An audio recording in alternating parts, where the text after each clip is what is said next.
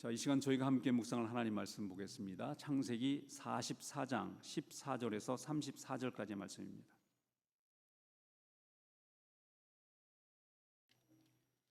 창세기 44장 14절에서 마지막 34절까지의 말씀입니다. 제가 봉독하겠습니다. 유다와 그의 형제들이 요셉의 집에 이르니 요셉이 아직 그곳에 있는지라. 그의 앞에서 땅에 엎드리니 요셉이 그들에게 이르되 너희가 어찌하여 이런 일을 행하였느냐? 나 같은 사람이 점을 잘 치는 줄을 너희가 알지 못하였느냐? 유다가 말하되 우리가 내 주께 무슨 말을 하오리이까? 무슨 설명을 하오리이까? 우리가 어떻게 우리의 정직함을 나타내리이까? 하나님이 종들의 죄악을 찾아내셨으니 우리와 이 잔이 발견된 자가 다 내 주의 노예가 되겠나이다. 요셉이 이르되 내가 결코 그리하지 아니하리라. 잔이 그 손에서 발견된 자만 내 종이 되고 너희는 평안히 너희 아버지께로 도로 올라갈 것이니라. 유다가 그에게 가까이 가서 이르되 내 주여 원하건대 당신의 종에게 내 주의 귀에 한 말씀을 아뢰게 하소서. 주의 종에게 노하지 마소서. 주는 바로와 같으심이니이다. 이전에 내 주께서 종들에게 물으시되 너희가 아버지가 있느냐 아우가 있느냐 하시기에 우리가 내 주께 아뢰되 우리에게 아버지가 있으니 노인이요 또 그가 노년에 얻은 아들 청년이 있으니 그의 형은 죽고 그의 어머니가 남긴 것은 그뿐이므로 그의 아버지가 그를 사랑하나이다 하였더니 주께서 또 종들에게 이르시되 그를 내게로 데리고 내려와서 내가 그를 보게 하라 하시기로 우리가 내 주께 말씀드리기를 그 아이는 그의 아버지를 떠나지 못할지니 떠나면 그의 아버지가 죽겠나이다. 주께서 또 주의 종들에게 말씀하시되 너희 막내 아우가 너희와 함께 내려오지 아니하면 너희가 다시 내 얼굴을 보지 못하리라 하시기로 우리가 주의 종 우리 아버지에게로 도로 올라가서 내 주의 말씀을 그에게 아뢰었나이다. 그 후에 우리 아버지가 다시 가서 곡물을 조금 사오라 하시기로 우리가 이르되 우리가 내려갈 수 없나이다. 우리 막내 아우가 함께 가면 내려가려니와 막내 아우가 우리와 함께 가지 아니하면 그 사람의 얼굴을 볼 수 없음이니이다.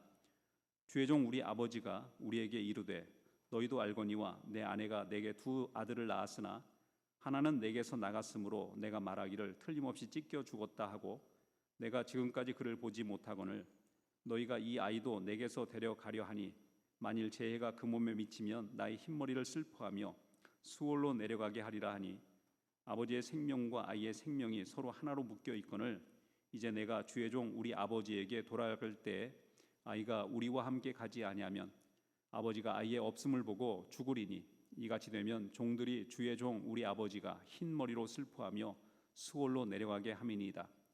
주의 종이 내 아버지에게 아이를 담보하기를 내가 이를 아버지께로 데리고 돌아오지 아니하면 영영이 아버지께 죄짐을 지리이다 하였사오니 이제 주의 종으로 그 아이를 대신하여 머물러 있어 내 주의 종이 되게 하시고 그 아이는 그의 형제들과 함께 올려 보내소서. 그 아이가 나와 함께 가지 아니하면 내가 어찌 내 아버지에게로 올라갈 수 있으리이까? 두렵건대 재해가 내 아버지에게 미침을 보리이다. 아멘. 자, 요셉이 행했던 가장 위대한 행위는 용서하는 것이었습니다.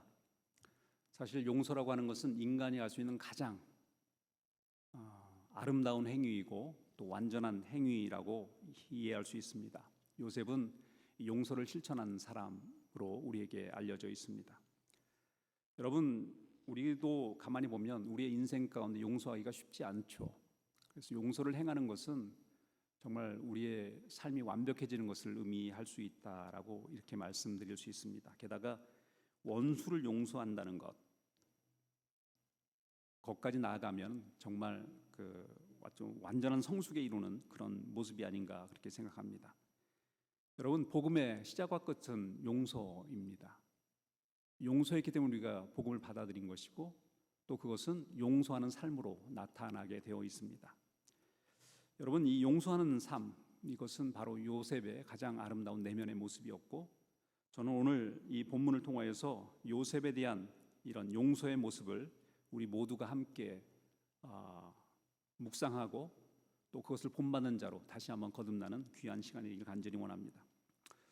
여러분, 이 요셉의 용서하는 이 모습은 우리 모두에게 아름다운 감동을 주는 그런 모습이기도 합니다. 이것이 특별히 우리에게 감동을 주는 것은 요셉이 형들을 용서할 때 조건 없이 용서했다라는 것입니다. 오늘 본문의 내용은 사실 용서까지는 나오지 않습니다만 그 용서의 과정을 거치는 그 과정들을 우리에게 소개를 하고 있는데요. 결과적으로 그 용서한 요셉의 아름다운 용서는요, 정말 우리 모두에게 특별한 의미로 다가옵니다.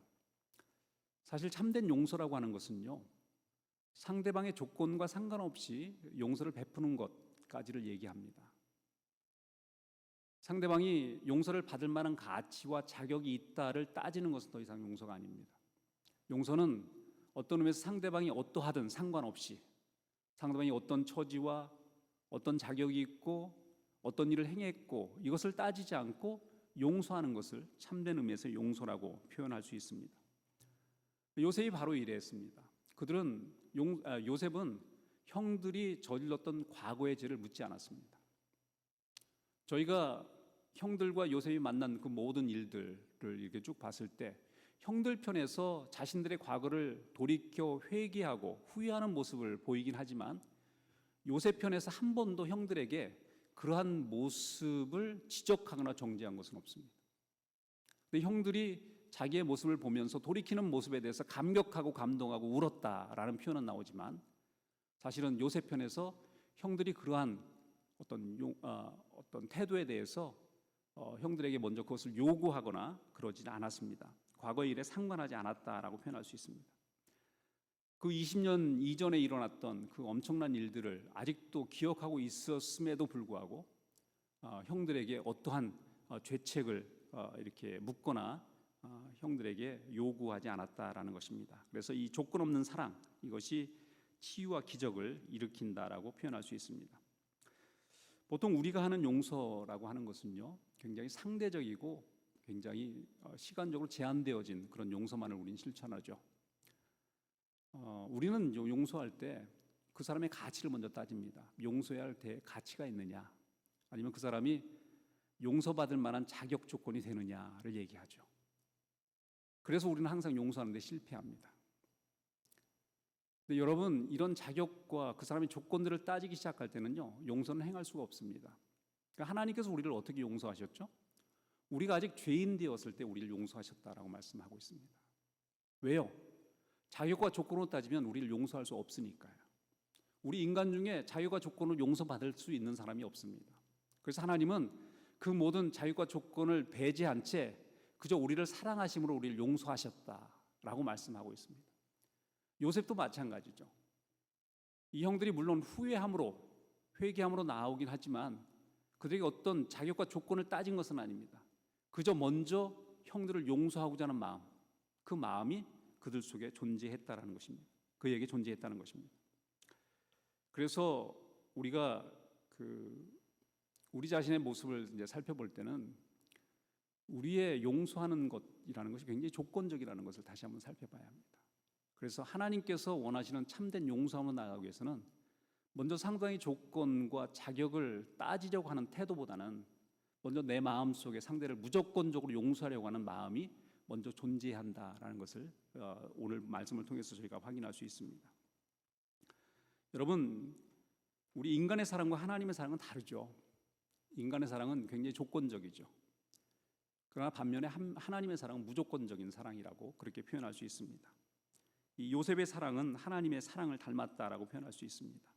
사랑받을 자격도 없고 조건도 되지 않는 형들을 향해서 무조건 용서하는 이 요셉의 사랑, 용서야말로 하나님의 사랑과 가장 닮은 모습이라고 그렇게 표현할 수 있습니다. 여러분, 우리 인간의 사랑 가운데 가장 흔하게 표현되어지는 사랑의 종류가 있죠. 부부간의 사랑, 그 다음에 부모와 자식 간의 사랑이죠. 그 중에서 특별히 어머니의 사랑, 자식에 대한 사랑, 이것을 또 이야기할 수 있는데 이 중에 닮은 것은 사실 어머니의 사랑이 하나님의 사랑과 닮았다라고 표현할 수 있습니다. 부부간의 사랑은 여전히 조건적인 것 같아요. 상대방이 나에게 잘하면 그만큼, 배신하면 또 그만큼 상대에게 악한 말을 하기도 하고 뭐 이러지만 이 자녀를 사랑하는 어머니의 마음은 그게 아닌 것 같아요. 자녀는 아무리 잘못해도 용서하고 또다시 기회를 주고 또 가슴 아파하고 또 사랑하고 하는 것이 부모의 어머니의 사랑 같습니다. 이것이 하나님의 사랑인 거예요. 그리고 우리가 참된 용서를 실천하기 위해서 우리에게 요구되어지는 것은 바로 이러한 사랑입니다. 마치 어머니가 자식을 보는 것 같은, 대하는 것 같은 그런 마음과 태도로 끊임없이 용서해주고 믿어주고 신뢰해주고 또 끊임없이 서포트해주고 하는 이런 모습으로 존재할 때 그것을 하나님께서 우리에게 요구하시는 참된 의미에서 용서와 사랑이라고 이렇게 표현할 수 있을 것입니다. 자, 이것이 예수님의 사랑이고 하나님의 사랑이라고 그렇게 표현할 수 있습니다. 여러분, 제가 요한복음을 강의할 때 예수님께서 주신 새 계명에 대해서 소개를 드린 적이 있습니다. 내가 새 계명을 너희에게 주나니 서로 사랑하라. 그리고 그 다음에 조건절을 붙여서 내가 너희를 사랑한 것처럼이라고 말하고 있습니다.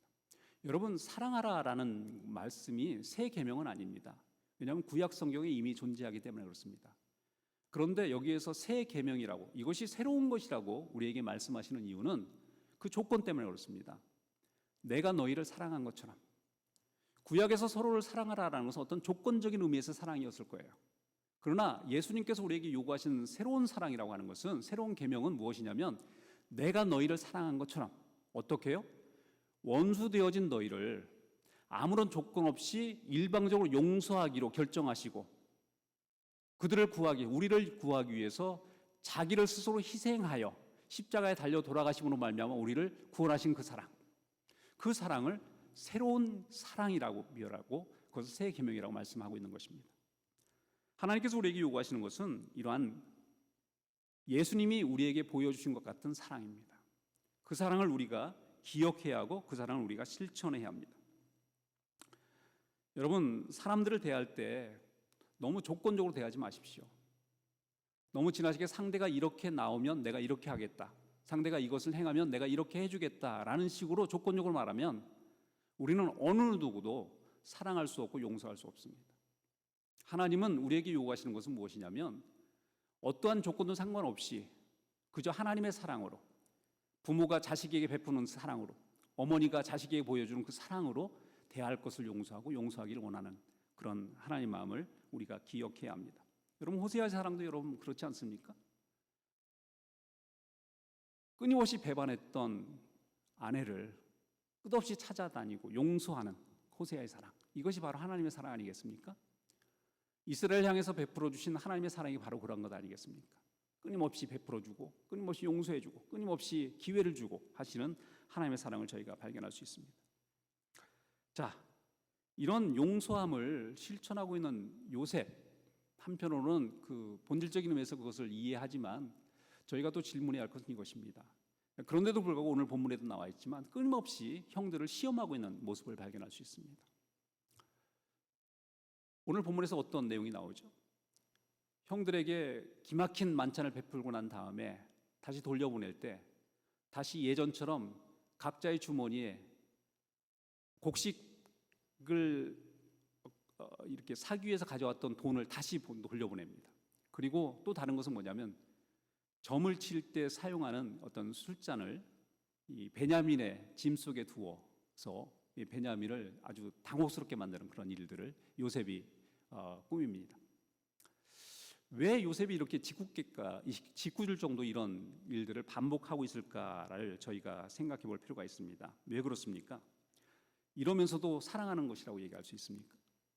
예, 사실 이것이 사랑입니다. 왜냐하면 사랑은요, 무조건적으로 용납하는 것으로 끝내버리지 않습니다. 그 사람을 변화시키는 것으로 나아가는 때 그것이 참된 사랑이라고 표현할 수 있습니다. 여러분, 자녀들을 사랑한다는 것도 그 자녀들이 잘못을 저질렀을 때 그냥 일방적으로 그래, 그래도 난 널 사랑해라고 끝내버리는 것이 아니죠. 자녀들이 그 잘못된 게서 벗어날 수 있도록 끊임없이 경계하고 경책하면서 그를 돌이켜주는 것, 이것이 바로 사랑의 모습이 아닌가 그렇게 믿습니다. 이 요셉의 경우도 마찬가지입니다. 요셉이 이렇게까지 짓궂게 하는 이유는 형들을 끝까지 변화시켜서 하나님께서 축복하실 수 있는 도구로 그들을 세우기 위해서 요셉은 끝까지 형들에게 이렇게 고통을 주고 있습니다. 여러분, 이 요셉 형들은 사실 이전의 모습은요, 굉장히 이기적이고 난폭하고 잔혹한 모습으로 보였습니다. 아버지의 첩을 상관하기도 하고 또 동생을 죽이려고 했던, 그리고 실제적으로 살인을 저질렀던 그런 모습들, 이런 모습들이 형들의 모습이었어요. 그런데 그 형들이 오랜 기간 어려움을 겪으면서, 특별히 요셉과의 관계 속에서 이러한 일들을 경험하면서 그들이 변화되어집니다. 오늘 본문에 나오는 이 말씀 속에 가장 좀 마음에 와닿는 것은 어떤 것이냐면 유다가 하는 말들입니다. 이 베냐민을 언급하면서 그는 아버지가 사랑하는 사람이다. 그가 없으면 아버지가 죽는다. 연결되어진 사람들이다. 그래서 베냐민은 절대적으로 보내야 하고 아버지께 돌려보내야 하고 내가 대신 그 죄를 감당하겠다, 이렇게 말합니다. 여러분, 이전에 그들이 아버지를 생각하는 사람들이었습니까? 아버지가 그렇게 사랑했던 요셉을 죽었다라고, 짐승에게 물려 죽었다라고 얘기하고 아버지를 정말 힘들게 만들었던 그런 사람들이요. 그런데 이제는 아버지는 그가 없으면 죽습니다. 아버지를 배려하고 아버지를 근심하고 아버지에 대해서 염려하고 있는 그런 모습을 이렇게 발견할 수 있습니다. 게다가 또 베냐민도 보호하는 모습을 발견하죠. 옛날에는 아버지가 사랑하는 요셉을 질투해서 죽이려고 했던 사람들입니다. 그런데 아버지가 사랑했던 또 다른 베냐민, 그는 보호하고 사랑하는 모습으로 이렇게 나타나는 것입니다. 여러분, 이것이 하나님께서 우리에게 변하기를 원하시는 모습입니다. 정말 여러분의 가족 안에 이러한 하나님의 사랑이 실천되어지길 간절히 원합니다. 아버지를 향해서, 부모를 향해서, 또 자녀를 향해서, 형제들을 향하여서 이런 마음과 태도로 사랑이 표현되어져야 한다고 저는 믿습니다. 우리는 질투하고 원망하고 상대에게 책임을 전가하려고 하는 그런 태도를 갖고 있어요. 그러나 우리가 참된 하나님의 용서하심을 우리가 삶 속에 실천하기 위해서 먼저 우리의 이러한 모든 태도를 벗어버리고 정말 부모를 향해서 사랑하는 마음으로, 또 자녀를 향하여서 그들을 사랑으로 용납할 뿐만 아니라 또 배려하고 또 그들이 변화되어질 때까지 끊임없이 아끼고 경책하면서 그들을 견디어주는 모습으로 우리가 서야 한다라고 그렇게 믿습니다. 우리가 신앙생활하면서 제일 어려운 게 용서하는 것인 것 같아요. 저는 오늘 이 말씀을 들으면서 우리 모든 성도가 용서하는 사람이 되길 간절히 원합니다. 우리 성도들 가운데도 갈등이 있고 여러분의 집안 안에서도 남편과 아내 사이에 갈등이 있을 수 있습니다.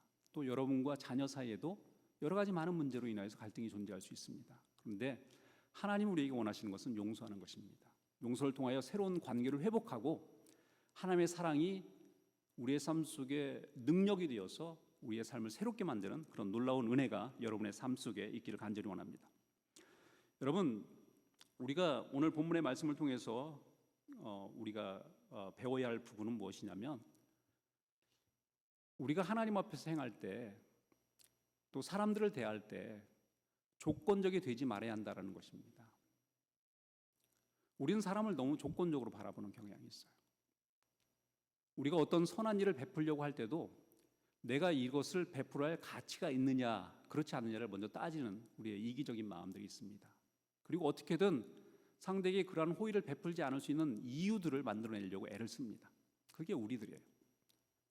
근데 여러분, 하나님께서는 그러한 조건을 가지고 사랑하는 우리 인간은 그 어떤 의미에서 하나님의 사랑을 실천할 수 있는 능력이 없다라고 말씀하시고, 우리에게 진정으로 원하시는 것은 하나님의 사랑, 무조건적인 사랑과 용서함을 실천하도록 우리에게 요구하신다는 것을 우리가 다시 한번 확인할 수 있습니다. 여러분, 누가복음 10장에 보면 선한 사마리아 사람의 비유가 나오죠. 거기에 어떤 내용이 나오니까 거기 여러 가지 많은 내용들을 하나님의 용서하심, 사랑에 대해서 배울 수가 있어요. 먼저 첫 번째로 이 선한 사마리아 사람은요, 그가 돕는 사람이 누구인지에 대해서 개의치 않았습니다. 사실 어떤 의미에서 사마리아인과 이스라엘 사람은요, 서로 원수 관계에 가까웠어요. 서로 얼굴을 쳐다보지 않으려고 했습니다. 일방적으로 이스라엘 사람들은 사마리아 사람들을 무시했고, 무시를 당하는 사마리아 사람도 좋은 눈으로, 선한 눈으로 이스라엘 사람들을 볼 수가 없었던 상황입니다. 서로 피해 다녔던 사이였습니다.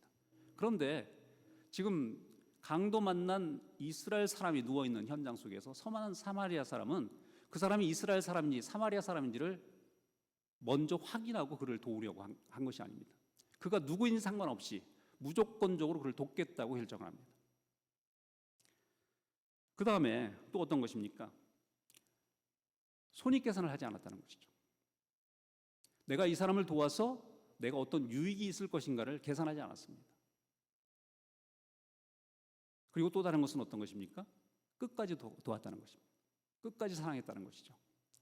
심지어 자기가 돌아올 때까지 이 사람을 부탁하고 만약에 그 동안에 더 많은 비용이 지출되어진다면 내가 그것 갚겠다라고 말하고 이렇게 떠납니다. 여러분, 이것이 하나님께서 우리에게 요구하시는 용서요, 사랑이라고 저는 그렇게 믿습니다. 로마서 5장 5절 말씀에 이런 말씀이 있습니다. 소망이 부끄럽게 아니함은 우리에게 주신 성령으로 말미암아 하나님의 사랑이 우리 마음에 부은 바 됨이니. 우리 모두의 마음속에 하나님의 사랑이 부으신 바 되어야 합니다. 그래야 이런 사마리아 사람처럼, 요셉처럼 무조건적으로 상대를 용서할 수 있고 또 하나님의 사랑으로 상대를 대할 수가 있게 되어집니다. 하나님의 사랑이 여러분의 마음속에 가득 찬 복된 은혜와 축복이 있기를 간절히 원합니다. 이 성령이 우리의 마음속에 사랑을 부어주시고 또 용서할 수 있도록 우리에게 힘을 주신다고 저는 믿습니다. 자, 오늘 저희가 또 함께 살펴봐야 할 또 다른 인물은 유다죠. 아까도 제가 표현했지만 이 유다가 요셉을 애굽에 팔았던 장본인이죠. 물론 동생들이 이 요셉을 죽이려고 했을 때 그를 만류했던 그런 내용이 있지만 결국은 동생을 팔아버리는데 앞장섰던 그런 사람이기도 합니다. 그런데 이제는 동생 베냐민을 위해서 내 생명을 바꿔서라도 이 아이를 살려주십시오라고 이렇게 이야기를 합니다. 여러분, 어떤 의미에서 유다는 이런 식의 태도를 취할 필요가 없을지도 모릅니다. 근데 유다에는 형들이 대표적으로 유다를 통하여서 투영되어진다라고 여러분 이해를 하셔야 돼요. 유다 한 사람이지만 유다 안에 형들의 모든 존재가 함께 투영되어진 거예요. 형들이 이런 식으로 변한 겁니다. 이전에는 자기를 위하여서 아버지께 거짓말도 했고 나쁜 일도 행했고 잔혹하게 행했던 그 모든 형제들이 지금 베냐민이 아주 난처한 상황에 빠지자 오히려 그를 대신하여 내가 죽겠다라는 태도로 섰다라는 거예요. 이건 엄청난 의미입니다. 제가 지난주에도 말씀드렸지만 사실 형들은 예전에 요셉에게 했던 것처럼 아버지에게 가서 오는 길에 사고가 있어서 이러이러해 해서 당신이 사랑하는 아들이 죽었습니다라고 옛날과 똑같이 그 문제를 해결할 수도 있었을 거예요. 그런데 그렇게 하지 않습니다. 이제는 그 베냐민의 어떤 상황에 자기가 직접 뛰어들어서 베냐민을 보내주십시오. 베냐민 대신 내가 그 죄를 뒤집어 쓰겠습니다. 내가 내 목숨으로 이 모든 것들을 해결하겠습니다라는 그런 태도로 이렇게 나아갑니다. 그래서 이런 유다의 간청의 모습, 생명을 걸고 동생을 위하여서 이렇게 간청하는 이 모습이 우리에게 참 감동을 주는 그런 모습이 아닌가 그렇게 믿습니다. 여러분, 우리가 하나님께 이런 식으로 간청하고 기도할 때 하나님은 우리의 삶을 인도하시고 역사하셔서 우리를 회복시켜 주신다고 저는 믿습니다. 우리가 하나님 앞에 진심으로 이렇게 간청해야 합니다. 하나님, 내 속에 아직도 용서치 못하는 미움이 우리 가운데 존재합니다. 상대를 쳐다보면서 용서하지 못하고 배려하지 못하고 받아들이지 못한 우리의 좁은 이기심들이 우리 속에 여전히 존재합니다. 하나님, 우리 안에 성령의 마음을 허락하셔서 예수님이 우리에게 말씀하신 것처럼 새 계명, 사랑하되 내가 너희를 사랑한 것처럼 하는 사랑을 우리가 실현하고 실천하기를 원합니다.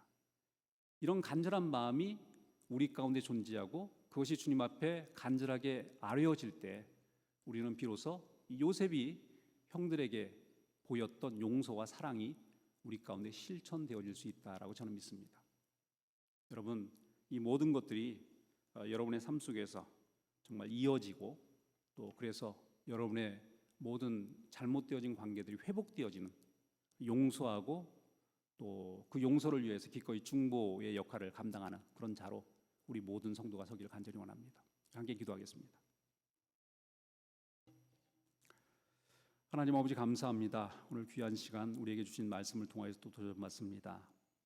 하나님, 유다가 보였던 그런 중보의 모습들, 또 요셉을 통하여 보여주신 용서의 모습들을 저희가 오늘 살펴보았습니다.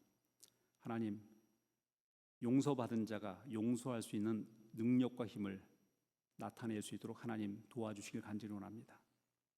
성령께서 우리를 인도하셔서 하나님의 용서함이 우리의 삶 속에서 실천되어지도록 축복하시고, 그래서 우리의 모든 관계들, 깨어진 관계들이 회복되어지는 은혜가 우리 가운데 넘칠 수 있도록 축복하여 주옵소서. 또 주님 앞에 중보함으로 나아가 참된 용서를 우리의 삶 속에서 실현해내는 우리 모든 성도가 될 수 있도록 또한 함께하여 주옵소서. 예수님 이름으로 감사하며 기도했습니다.